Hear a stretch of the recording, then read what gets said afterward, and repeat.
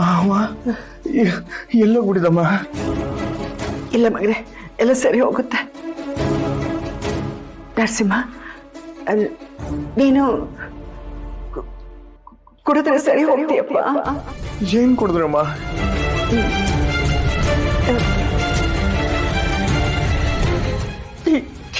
ಇದು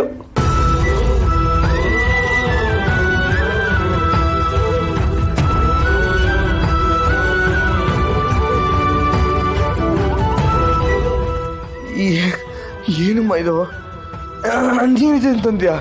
ಹೌದಪ್ಪ, ಇದನ್ನ ಕುಡಿದ್ಮೇಲೆ ಆದ್ರೆ ನೀನ್ ಸರಿ ಹೋಗ್ತೀನೋ ಅಂತ ನಿನ್ ಫ್ರೆಂಡ್ ಸಂದೀಪನ್ಗೆ ಹೇಳಿ ಇದನ್ನ ತರಿಸ್ಕೊಂಡೆ. ಹಾಲು ಕುಡಿದ್ ಬೆಳೆಸಿರೋ ಮಗನ್ಗೆ ಈ ತರ ಕುಡಿ ಅಂತ ಹೇಳೋ ಪರಿಸ್ಥಿತಿ ಬಂದ್ಬಿಡ್ತಲ್ಲ ನಂದು.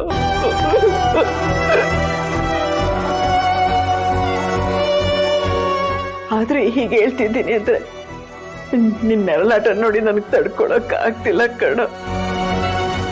ಇದು ತಪ್ಪು, ನನಗ್ ಗೊತ್ತು. ಆದ್ರೂ ಇದನ್ ಕುಡಿದ್ರೆ ನೀನ್ ಸರಿ ಹೋಗ್ತೀಯ ಅಂದ್ರೆ ಇದನ್ ಕುಡಿಯಪ್ಪ. ಇಷ್ಟೇ ನೀನ್ ನಿನ್ ಮಗನ ಅರ್ಥ ಮಾಡ್ಕೊಂಡಿರೋದು? ನಾನು ಕುಡಿದ್ರೆ ಮಾತ್ರ ಸರಿ ಹೋಗ್ತೀನಿ ಅಂತ ಹೇಗಮ್ಮ ಅನ್ಕೊಂಡೆ? ಬದಲಾಗ್ಬೇಕು ಅಂತ ನನಗೂ ಆಸೆ ಇದೆ. ನನಗೋಸ್ಕರ ನೀನು ಅಪ್ಪ ಎಷ್ಟು ಒದ್ದಾಡ್ತಾ ಇದ್ದೀರಾ. ನಿಮ್ಮಿಬ್ಬರು ನಂಬಿಕೆನ ನಾನು ಹಾಳು ಮಾಡ್ಬೇಕಾ?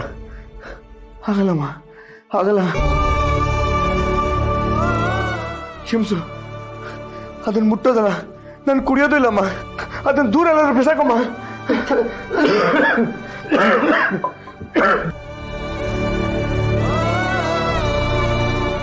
ಇದನ್ ಕುಡಿದ್ರೆ ನೀನ್ ಸರಿ ಹೋಗ್ತೀಯ ಅಂತ ಆ ಸಂದೀಪನ್ ಕೈಲಿ ತರಿಸ್ಕೊಂಡೆ. ನನ್ ತಪ್ಪಾಯ್ತು, ಕ್ಷಮಿಸ್ಬಿಡಪ್ಪ, ಕ್ಷಮಿಸ್ಬಿಡು.